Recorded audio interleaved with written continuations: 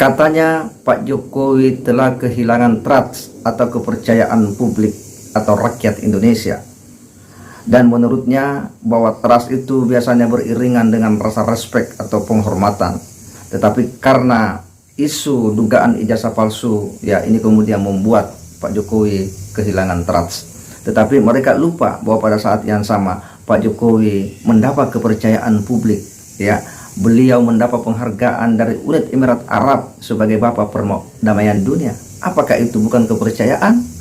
Beliau diberikan ya amanah untuk bantuan pembangunan masjid raya di Solo oleh Presiden Uni Emirat Arab. Apakah itu bukan kepercayaan? Inilah sederet fakta-fakta yang sebenarnya kadang tidak mau diakui oleh orang-orang yang memang telah memiliki kecemburuan atau ketidaksukaan yang akut terhadap Pak Jokowi.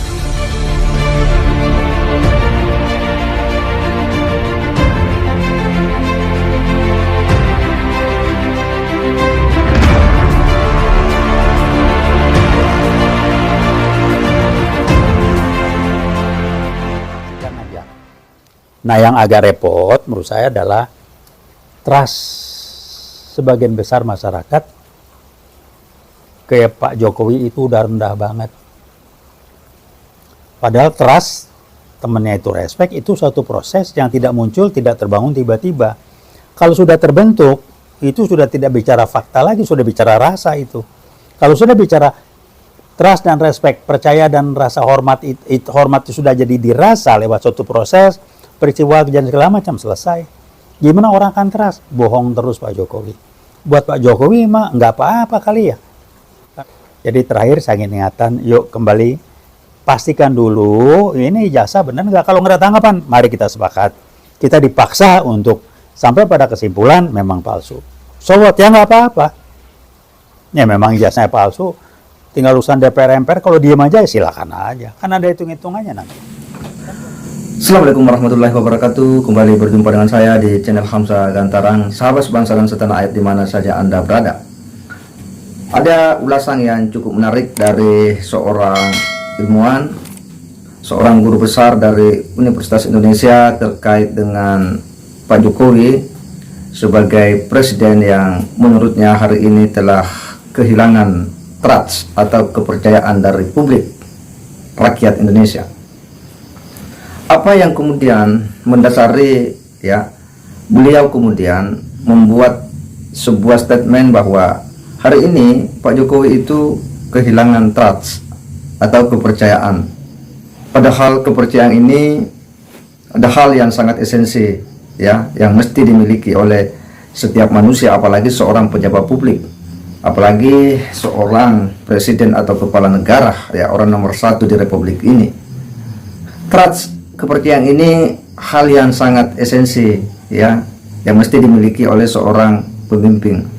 Dan trust ini itu biasanya beriringan dengan respect ya atau penghormatan ya. Ketika orang sudah memperoleh kepercayaan, maka secara otomatis itu akan diiringi dengan sebuah penghormatan dari publik itu.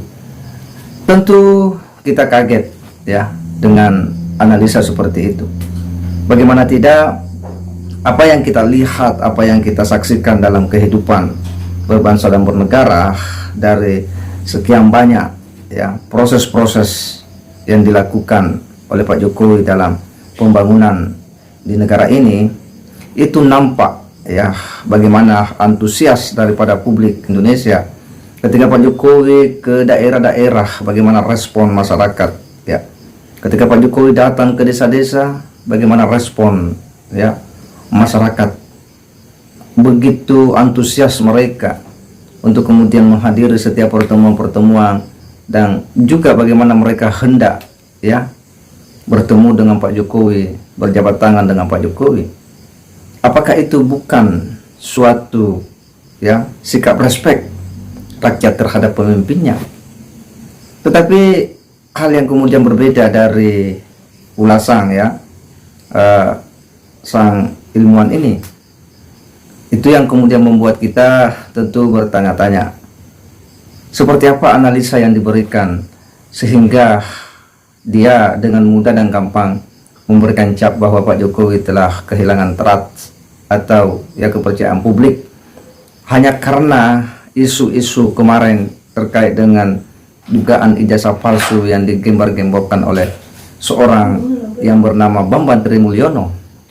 Bisa dibayangkan jika seorang ilmuwan, seorang guru besar juga sepertinya ya termakan atau seolah-olah hendak mempercayai ya ocehan-ocehan dari seorang Bambang Trimulyono yang sebelum-sebelumnya juga sudah pernah divonis pidana karena telah membuat ya berita bohong terkait dengan buku Jokowi Undercover.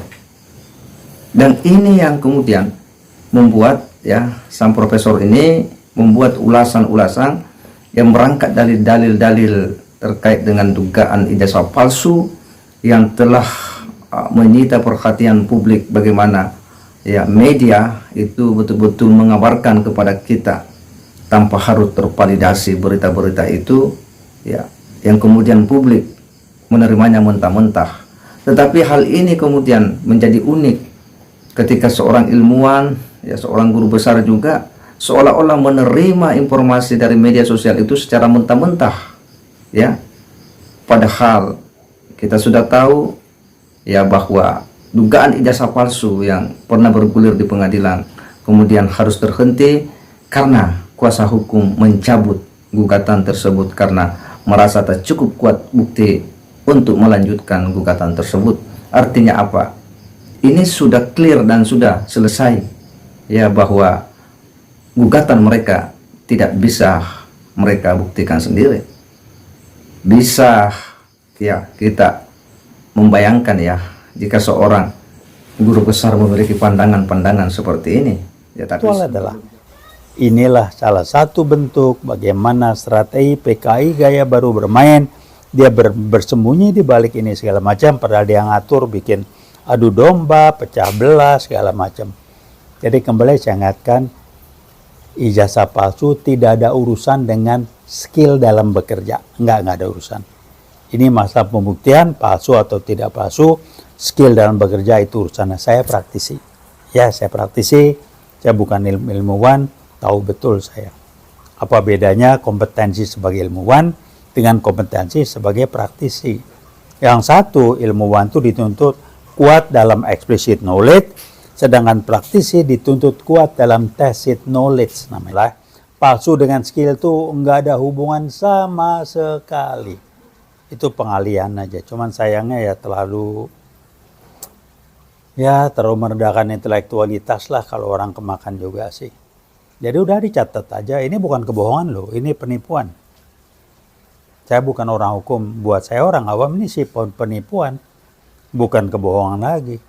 Tingkatnya udah lebih kencang dari kebohongan ya. Bohong juga, tapi bohong yang udah barangkali nyangkut pidana lah, bukan sekedar moral atau sistem nilai lagi. Ya, kalau kita menyimak apa yang disampaikan oleh ya beliau, memang akan membuat kita kemudian berpikir keras dan tentu pasti kita akan geleng-geleng kepala. Bagaimana beliau mengatakan bahwa Pak Jokowi ini bukan hanya berbohong ya, katanya bukan lagi berbohong tetapi ini berbohong kelas tinggi ya katanya.